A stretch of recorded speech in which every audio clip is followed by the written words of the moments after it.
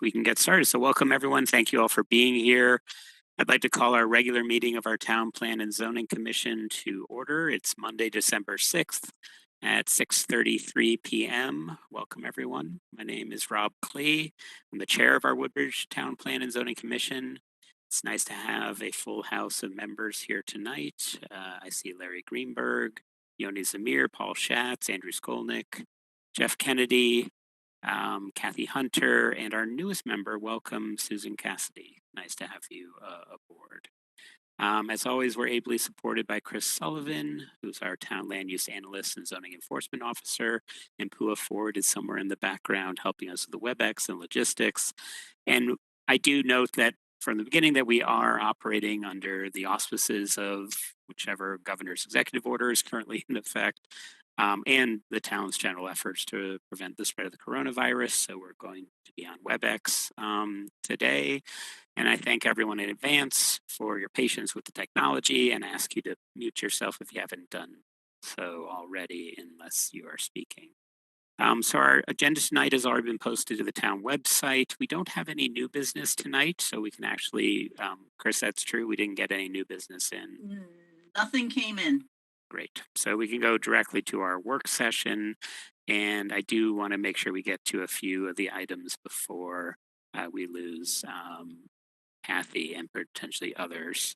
But we should be able to move quickly. I think we're going to start with our schedule for meetings for 2022 all the way through, I guess, January of 2023. As we did this year, we're looking at first Mondays wherever possible, unless there are federal holidays that interfere. And I think we're proposing to keep our 6:30 start time, which was a new experiment this year. Anyone have any reactions, thoughts, changes to the draft that Chris sent out earlier, either today or yesterday? No changes other than a typo that I noticed when I read it earlier.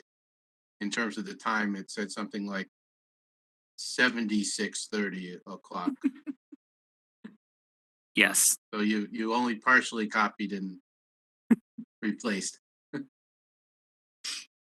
So Chris, did you get that one? And while you're changing, it was a test and he caught it. So kudos to Andrew. Thank you. Okay. There was a second test. That second set of asterisks, which I think should be 3 asterisks actually for the January. It says 2022, but that should actually be January 2023 meeting. Okay. On a Tuesday, because the town hall is closed on Monday, January 2nd, in observance of New Year's. Any other suggestions, additions, changes?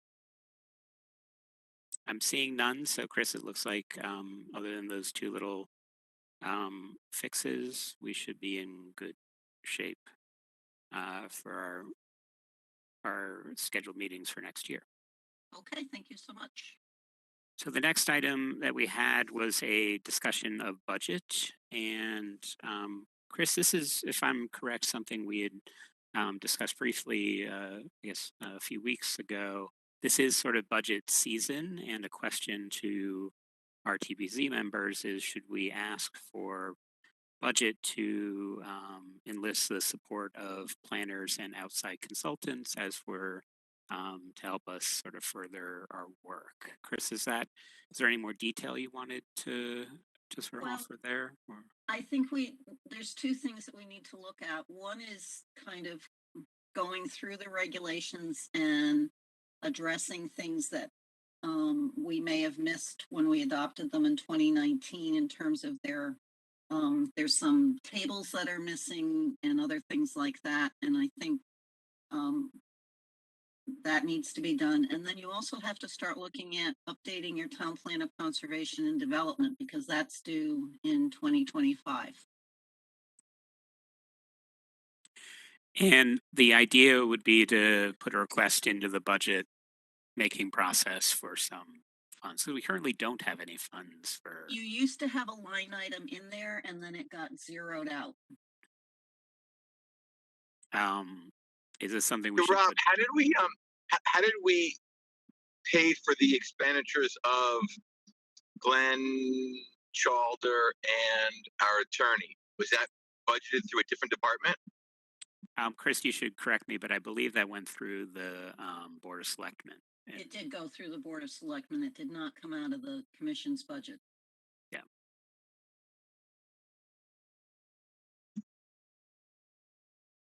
Were we zero in previous year? Did we have a budget last year and the year before? It's been out of your budget for at least 2 years.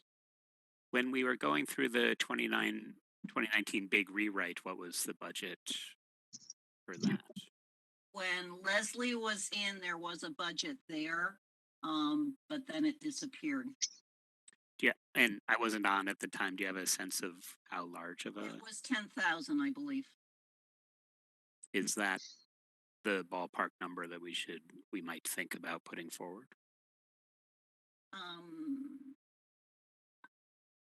What you had before, I can kind of ask around to see if there's any input that we could receive from a professional about what it would be to review your existing regs and just make sure that they're all in line, all the sections. So this is a service to both, as we've sort of been finding the occasional gap as they arise when a particular applicant is coming forward and seeking to do something that has revealed some things. This would be more of a systematic sort of walkthrough of our regulations to sort of look and see what gaps need filling. But I guess, Chris, if there, I know it's a later item on our agenda, but if we were, in theory, interested in a regulation for marijuana retailers, would that be the type of thing that we could ask the consultant to give us a sense of language used in other commissions, other places? Or is that also the sort of role of this potential resource? I think it's more to, I was thinking of it more in terms of a good read of your regulations, because there's so many little things that have to be corrected in there. I thought that with what Andrew had provided to you as sample language, that if you wanted to go forward with something regarding retail marijuana things, that you could use any of the examples that he had provided. Yeah, no, I wasn't using the marijuana in specific. I was more using it as a. So you're envisioning just a discrete project for this outside consultant, not an on-call consultant when we have No, not an on-call, just a really good solid read of the regs that we have to find where there are conflicts, where there are tables that we know that are missing, and just making sure that all the definitions that we need are in there, that kind of thing. So what is the sense of our commission members on? So Rob, how would we handle, I'll use the term one-off. For instance, you mentioned a marijuana retailer that comes up in 2022. In 2023, it's something else, and then there's a group that brings forth something else after that. Are we assuming that the Board of Selectmen will pay or budget or appropriate funds on a one-off basis, or do we need to budget for potential one-offs?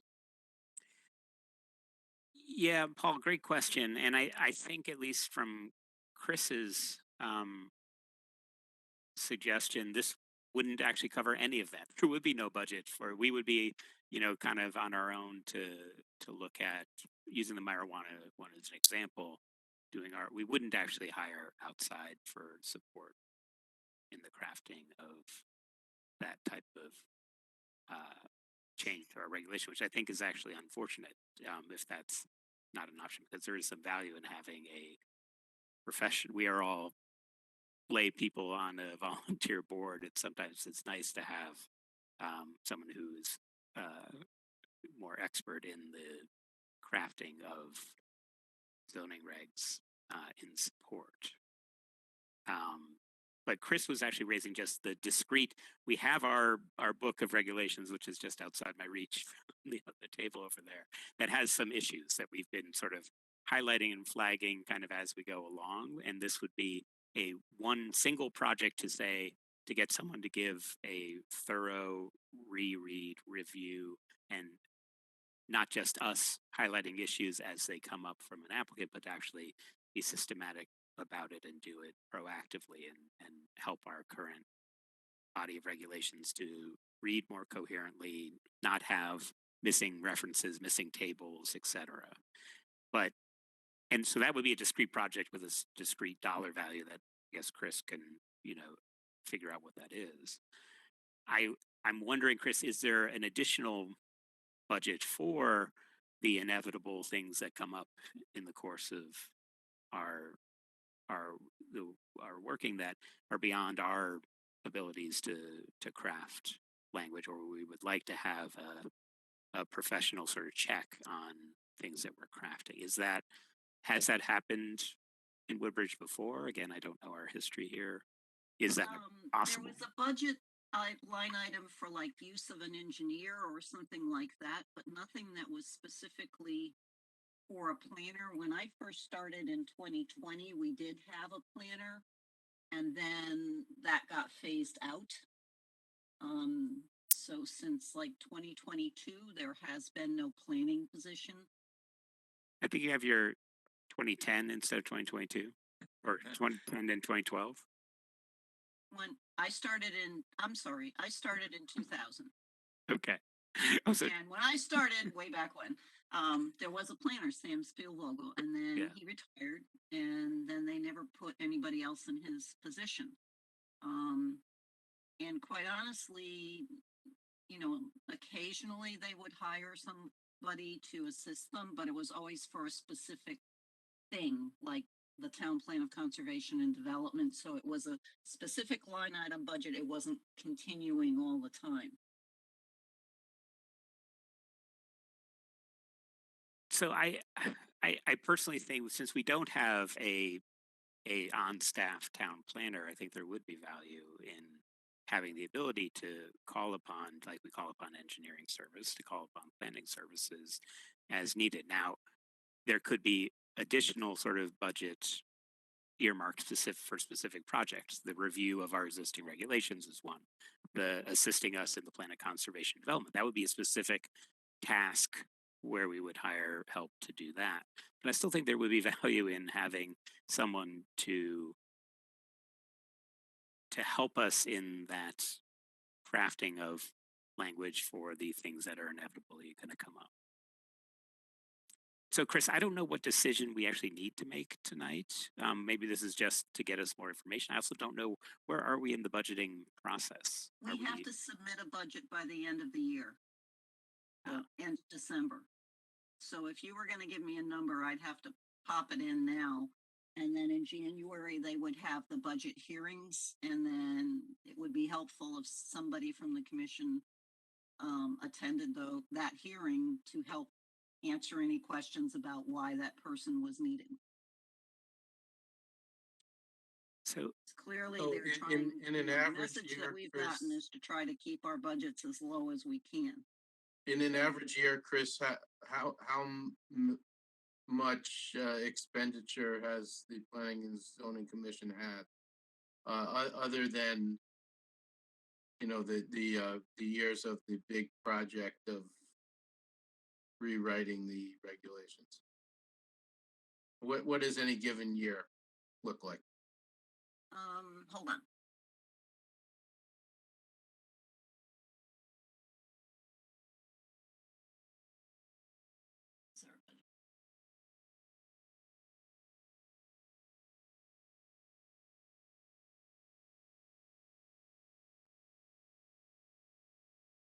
So your budget for this current year, 2021 to 22, is 42,614. Of that, the lion's share is me.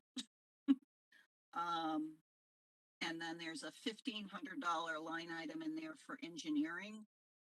I should note that the way your application fees are written, that anytime an application comes in, we assess a fee back, a secondary fee to the applicants to cover the cost of engineering review. So, I mean, if you wanted to say or propose to them that that engineering line be a slash planning consultant as needed line, you could do that way, and that wouldn't make an increase in the budget per se, because you do have, as I say, that funding that we can collect from the applicants.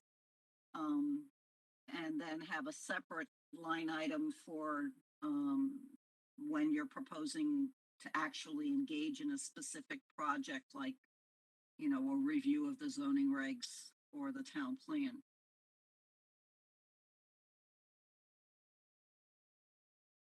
So Chris, that's very helpful. I guess I don't have a good sense of how far $1,500 gets you in the I have no world of- idea. Yeah, but it sounds like we weren't using it for engineering consulting. I mean, you will have a subdivision application coming in sometime between now and June. That we wouldn't be charging back to the applicant. No, we would, you know, we'll charge it back, but I'm just saying there, you know, we need a line item in there because it's something that we, when those applications come in, we do use it. But in a sense, it gets replenished by the fees that we collect.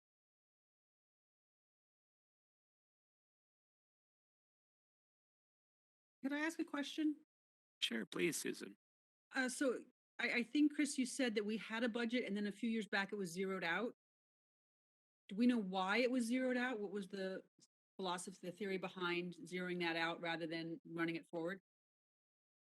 This was in a time frame when a former chair wanted to have a planner position, and we had hired someone to assist with updating the regulations, and that didn't go as smoothly as it could have, because So it was a wholesale change from Euclidean type zoning to form-based zoning.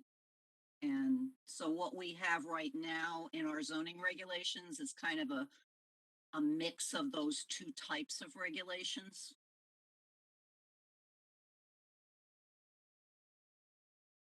Thank you. And Chris, do we know what it was before it was zeroed out? A planning specific sort of budget. I want to say that it was 10,000, but I will double check that. And not specific to any Yeah, project no, it was or a other thing. general Yeah. line item of 10.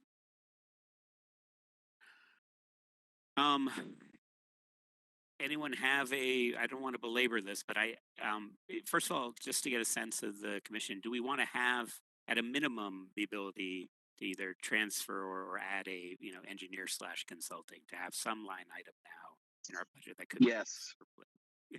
That was a yes from Paul, but others, do they share that yes? I share the yes. I think we should ask for 10,000 again. Yeah, I agree with that. We should have something to cover our expenses. I agree. Agreed. Because the review of the regulations itself is likely to be several $1,000s. And at some point sooner than later, we're going to have to retain a consultant with regard to the plan of conservation and development. And, you know, part of that, this year's budget to that extent can be used for that too. When and if it happens. So, Chris, I tend to agree as well, and I think the 10,000 number, and to me, that would be kind of the baseline, which in any given year would lapse, I'm assuming, if we don't use it all or be, you know, absorbed elsewhere in the budget.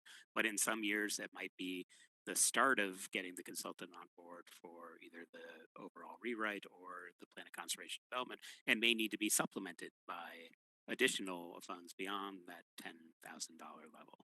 And I actually like keeping it separate from the engineering, because it sounds like the engineering you use as sort of a revolving fund that you actually directly pay and then it's reimbursed later. I wouldn't want to have that pretty small number of 1,500 be tied up in engineering. So I don't think it hurts for us to ask for that. And I think we could plenty justify it and see what they come back with. Okay. I will work up a budget, adding in that line item and send it out to you guys, and then you can look at it, and if you have any other suggestions or whatnot, let me know. Okay. Terrific. Thank you, Chris. I think our next item, and I know, Kathy, you are about to head out, or you may jump off soon, was marijuana. Did you want to share your quick thoughts on marijuana to kind of open up the conversation as we dive in? And this is the question of whether we should have regulations over marijuana retailers. Well, just reading from what other towns are considering the fact that, laws haven't been finalized on the regulations regarding facilities. And in fact, the application, you can't even file application because they're waiting on guidance from the Social Equity Council. So I know, like in Trumbull and I read in Bridgeport, they're just kind of taking a hold on it until the regulations actually come out from the state on how they're going to proceed on permitting these facilities. So thank you, Kathy, for sharing that. Andrew, I know you also, and is this in your role on SCROG? What have you seen in our sort of neighboring communities? Only in the, what was contained in the agendas that I shared with Chris, and I think she shared with you, or perhaps the entire commission. Some have allowed it with restrictions. Some have uh, a moratorium, and some have rejected it completely. Maybe one, if I recall correctly. So there's a wide variety of examples.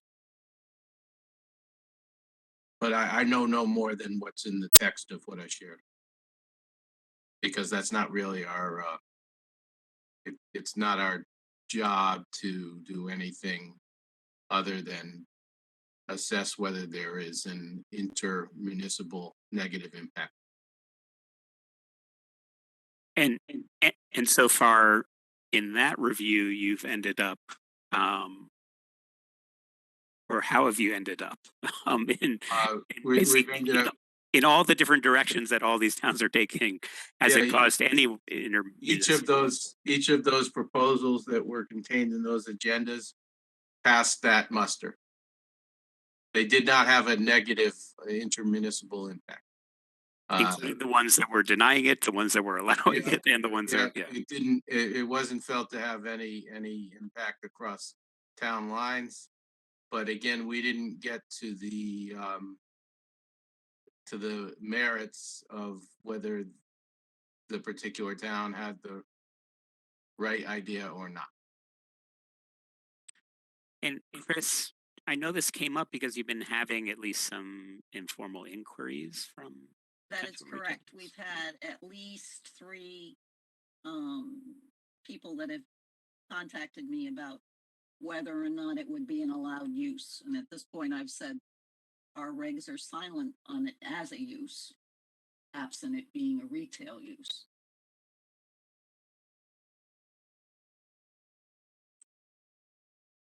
So I guess the question for us tonight, and I'd love to kind of go around the group, is just get the temperature of, I guess I can envision a few options. One is for us to hold until there's more clarity on the state rules and state regulations, which, Kathy, I don't know if you know when that's coming.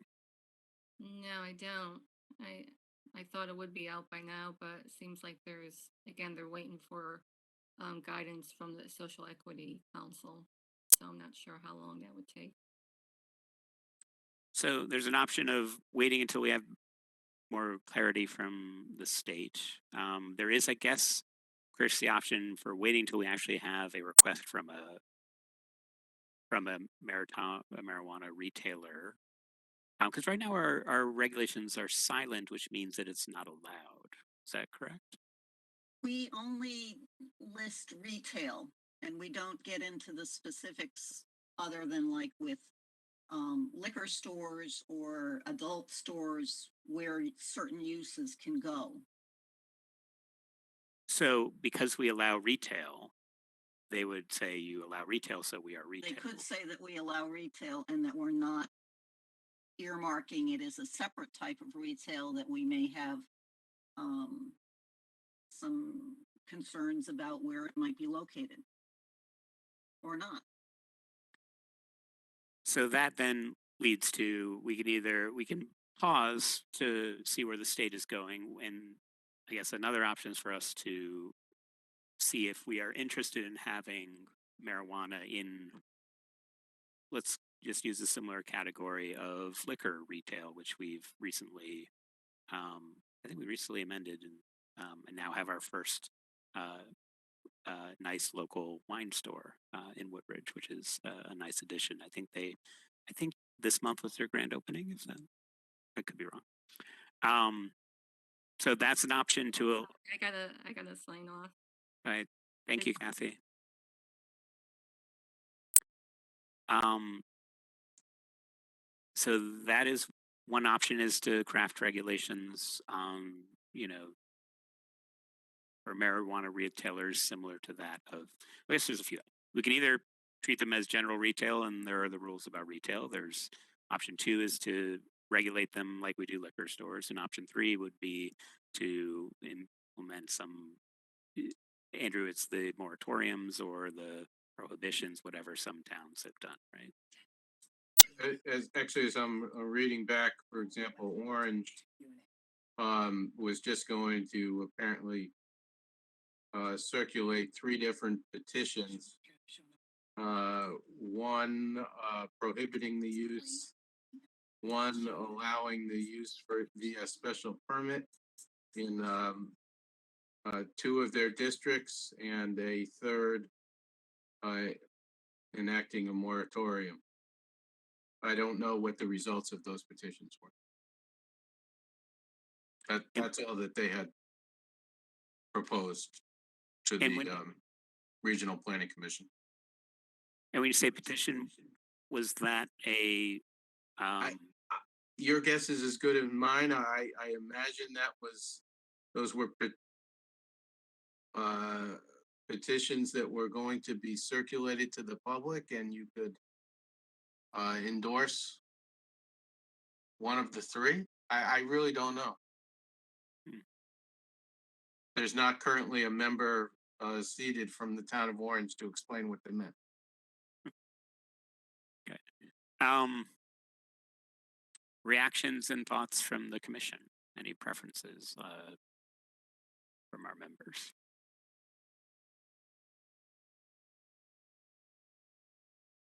My personal opinion is that we should look at it through the framework, the same kind of regulations that we apply towards, alcohol sales. I agree. I would say at the very least. I also wonder if we do something now and then the state comes out with its rules and regs where we have to revise the decisions we made. Would it be better to just see what they're going to say and then go from there?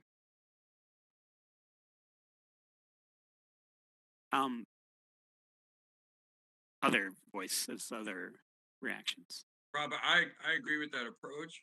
Let's understand a little bit more about what direction the state is going in, both in their policies, and I know that some laws have been changed and passed. Let's see what the state's going to say. And then I would be in favor of treating it like an adult store, or as Yanni said, a liquor store. I think it's right we're talking about it and try and get out in front of the issue, because it is out there, quickly. But I would like to see what the state's going to do, and then I would be in favor of regulating it. Great.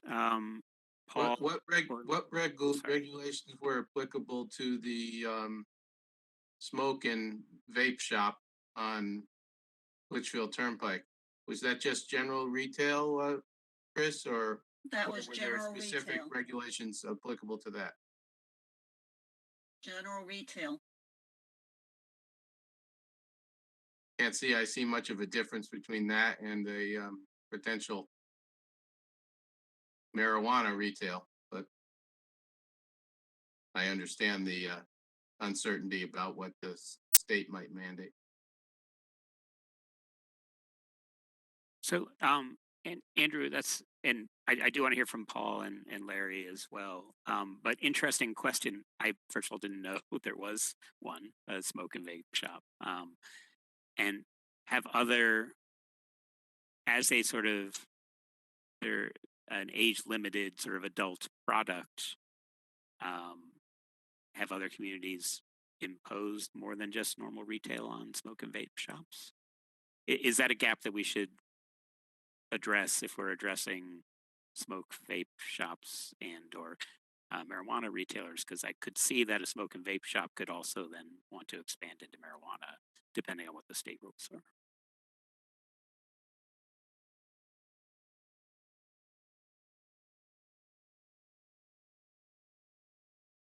Just curious.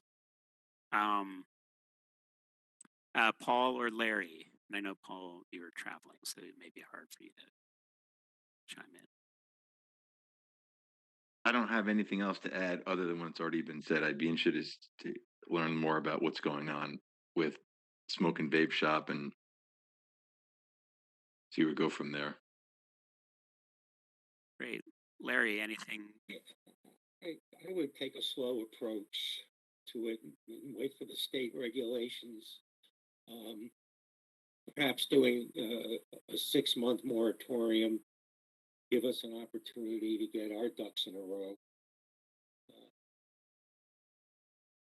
I don't see any rush to have to do it immediately. So Larry, to me that brings up an interesting sort of question for Chris. If we did have, well, a couple of things. One, I assume that the new marijuana retail stores can't actually start until the state rules, but I'm making an assumption there.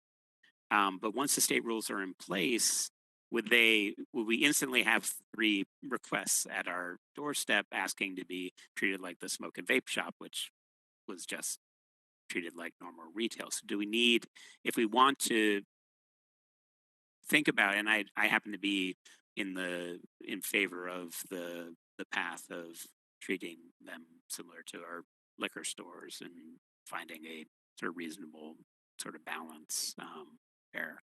But do we need to have something on the books now to signal to that marketplace that that's where we're going in it, and that we need to be able to effectively manage if there's a petition or a request that comes in immediately after the state does its whatever it's going to do? That's a question for Chris, but then to the group in general. Well, we can look to, for example, to the town of Durham proposal, which was a moratorium and actual text of language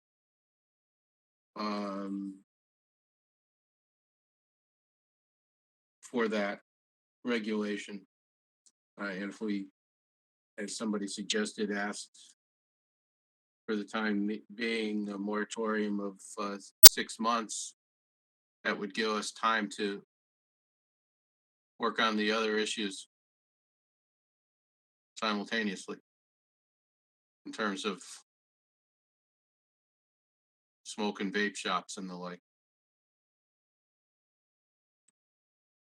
So, Chris, anything we do, with moratorium, a development of a new regulation for marijuana retailers, will require us to have, draft language, a public hearing, et cetera, correct? Correct. Is that also required if we want to do a moratorium? I haven't done a moratorium in Woodbridge. I did one a long time ago in Bethany. I'd have to check how you do it, but I'm pretty sure that it requires a public hearing, but I will check with town council. Sorry, I had to step away from my computer for a moment. What was the issue with the smoke and vape shops? Is that we're treating them as retail, but there's been a question as to whether we should impose. Yeah, to me, these are all sort of on a continuum here of smoke and vape shops, and adult products. We regulate other adult products. We regulate, wine and alcohol. We regulate. We're proposing to regulate potentially marijuana. We're thinking about where do smoke and vape shops fall in that line as again a retailer of things that I presume only those over age 18 in that case can purchase. And you can imagine that smoke and vape shop owners, I happen to know one, will be already eyeing the switch or the expansion to that. I mean, Correct. that seems like a natural, so it makes sense to have something in mind. And I guess the narrow legal question is if the state, which I haven't been following the state's rules, and it seems from Kathy that they're potentially overdue. If the state went ahead and finalized its rules, are we left where an applicant could come in asking to just be treated like retail, like the smoke and vape shop was, without us having something in place in time? And the question is, would a moratorium plus a moratorium for now and to give us time to craft and maybe crafting the moratorium with language, a moratorium until such time as we craft regulations for marijuana retailers. Does that give us cover in case there was a application that comes in? So I'll say this, just from a realistic standpoint, I think the sooner we act on this, the better, because if we have an existing smoke and vape shop in Woodbridge right now, in the interest of keeping that smoke and vape shop in Woodbridge, particularly at a time when commercial real estate is at its lowest as it's been in over a decade, and the availability of space in, say, a town like New Haven, and then we lose the tax revenue. I mean, that has to be a consideration, right? For a small business owner to say, okay, well, Woodbridge has not even promulgated anything about it. They can't even tell me if I should continue my lease in this space. Maybe I need to move to a different space. I don't, whatever Woodbridge does. And New Haven is over there saying, hey, we're open for business and we got plenty of commercial space. Come on down. I mean, we're in that unique space where, maybe we make a decision. I don't know. I don't know. Maybe this is a town decision, right? People feel so strongly about it that they don't want it in this town that, I'm not sure that's within our purview or not, but I don't think we should be in the business of when the state has legalized it. My personal opinion is that we shouldn't ban it, but how we regulate it exactly, I think, is something we need to discuss. I think we shouldn't prohibit it in this town, though. I think it would be silly and short-sighted to just allow New Haven to once again have yet another, source of revenue taken out of our town, right? We're already losing the brewery, etc. So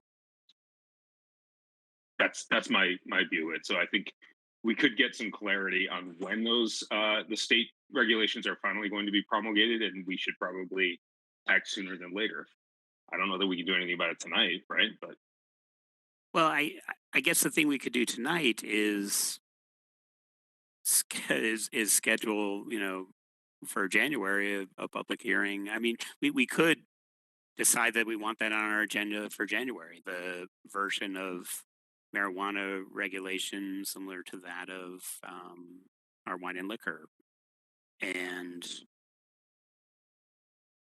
Chris, what would that require in terms of our timeline and other sorts of things? You would need some language between now and. Well, you should have the language when you make the motion. It shouldn't be something that's in a sense of, it needs to be there as part of the motion that you're proposing that this specific language goes to public hearing.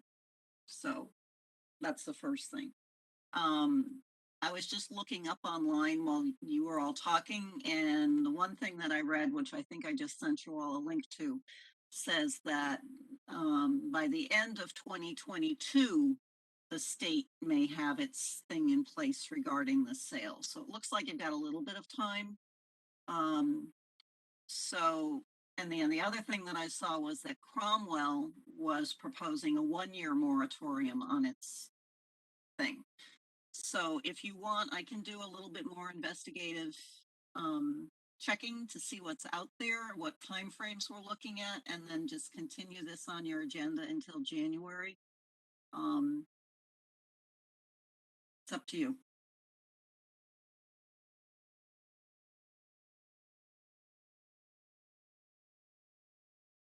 So that's helpful, Chris, as always. So, and that's interesting that the sort of state rules may not be finished until the end of next year, you said. That's what this article said. Yeah, that was 2 hours old. Oh.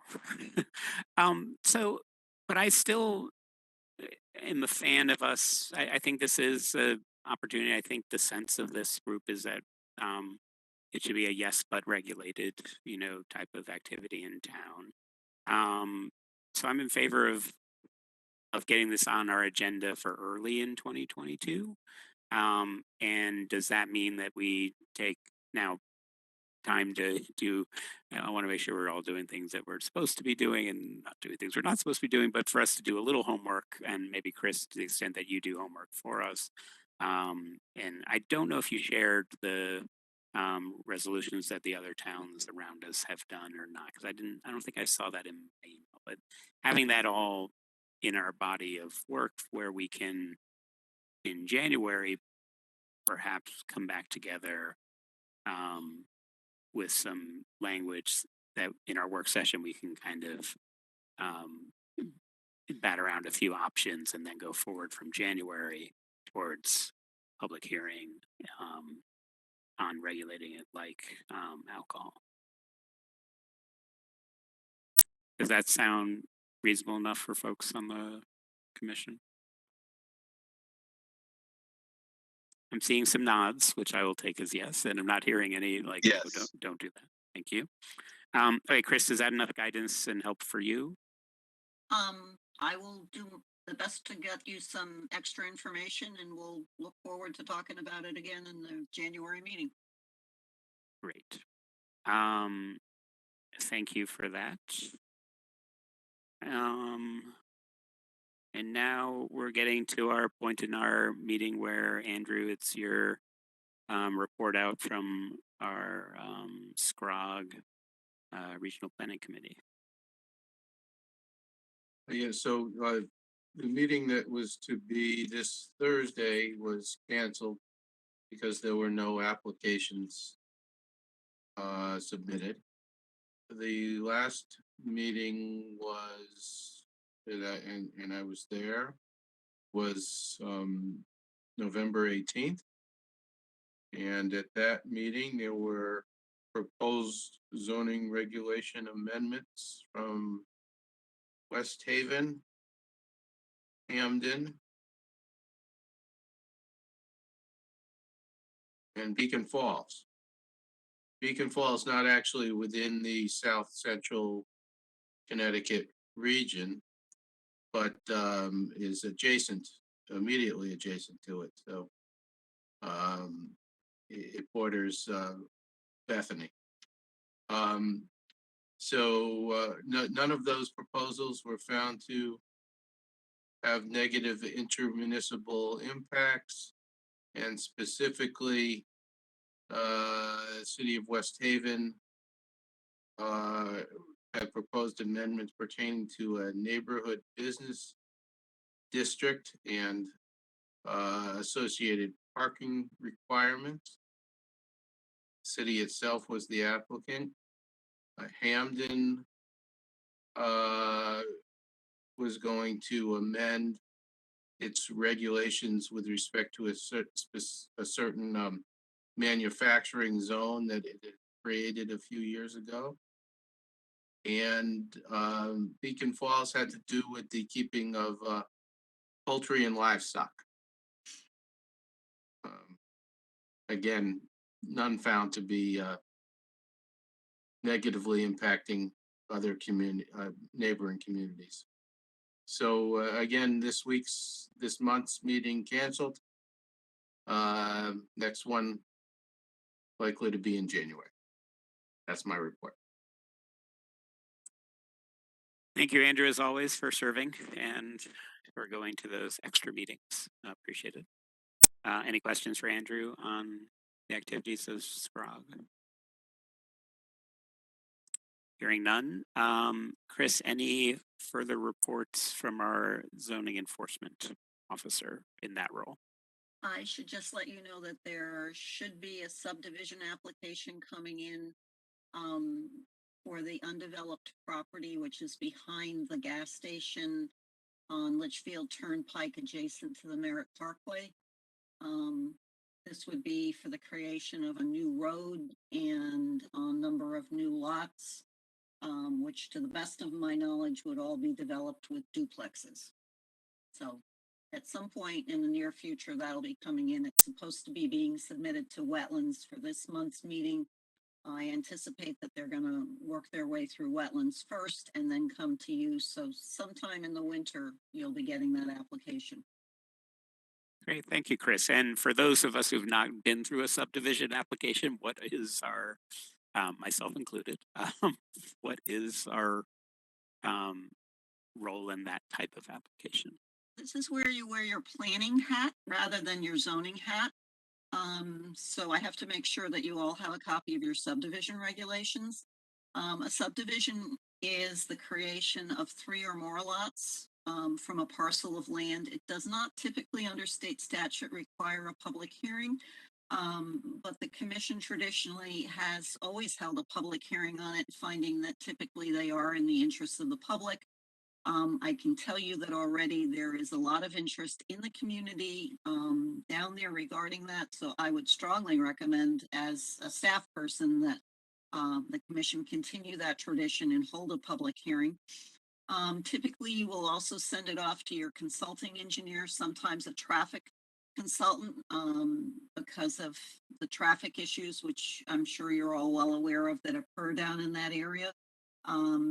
So, you know, it's something where it's going to take a little bit of time to process. And we'll see where it goes. I'm sure you're going to have a lot of public interest on this one. And when you say behind the gas station near, which gas station? And The gas station that's directly next to Phillips 66. Phillips Yeah. 66. So the West River, it's all one tract of property. And so it extends from Litchfield back along the Merritt Parkway and behind the existing houses on Merritt Avenue. okay, thank you. With the West River intervening immediately behind the gas station, right? I'm sorry.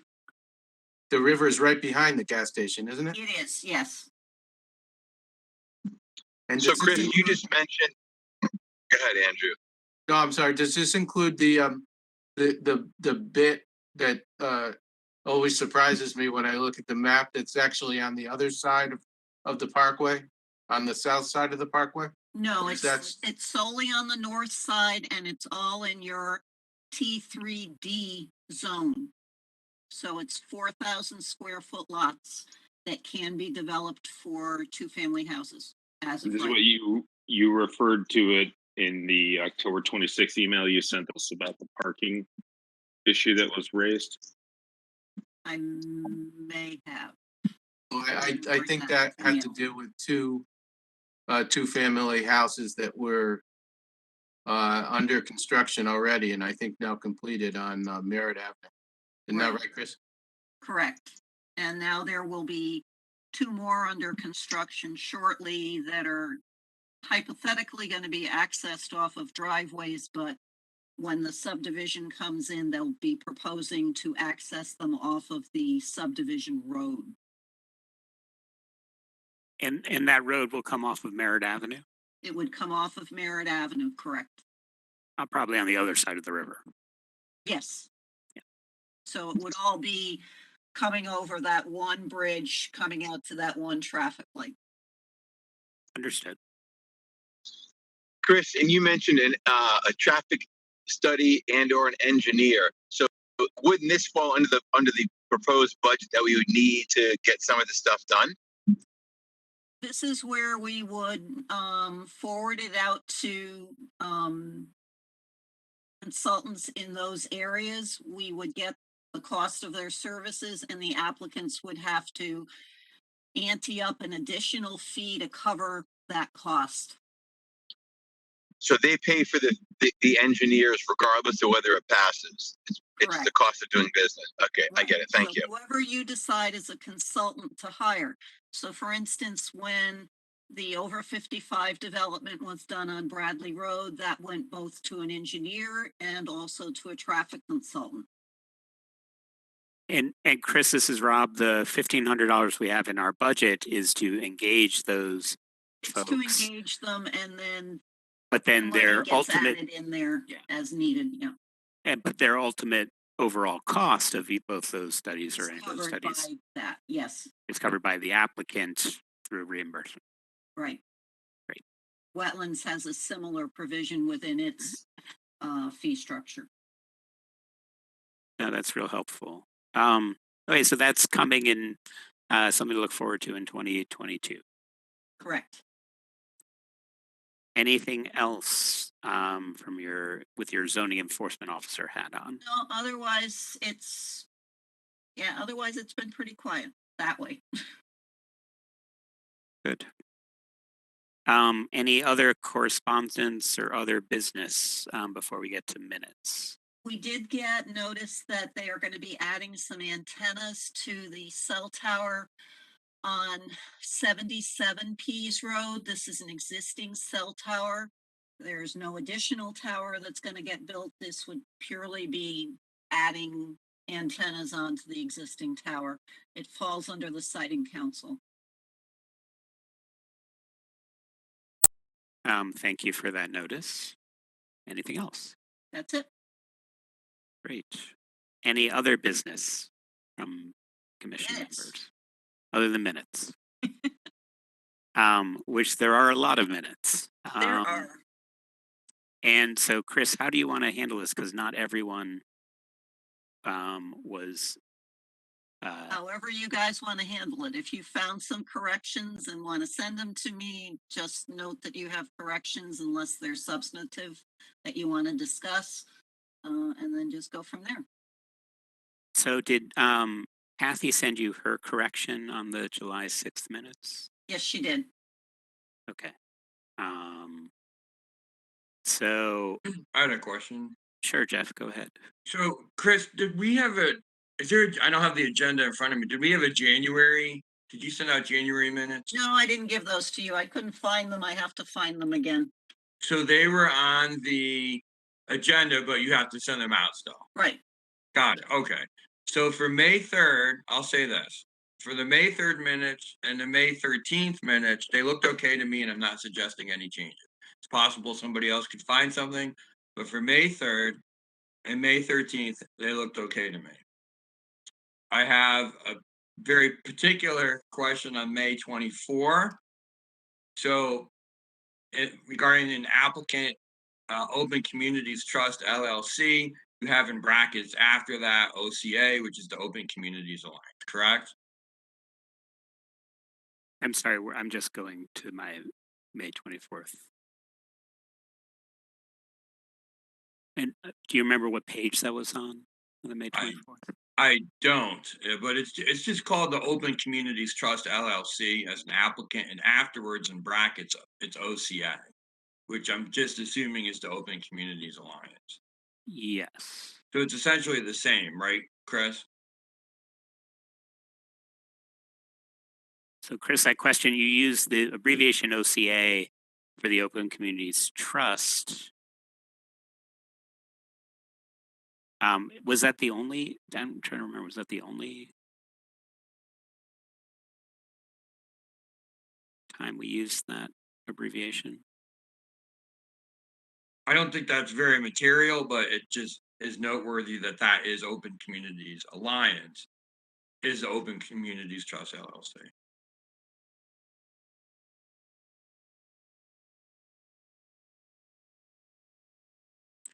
Chris, you're on mute in case you're. I had a phone call come in for the housing committee, so I had to mute myself. I'm sorry. Okay.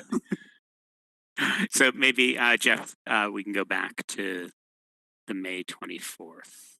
Sure, Chris, I just had a quick question. Open Communities Trust LLC was the co-applicant. You have in brackets OCA. I assume OCA is Open Communities Alliance, correct? Correct. I have no problem with you putting it that way, but I just thought I would mention it. So that, in case somebody didn't know who OCA was.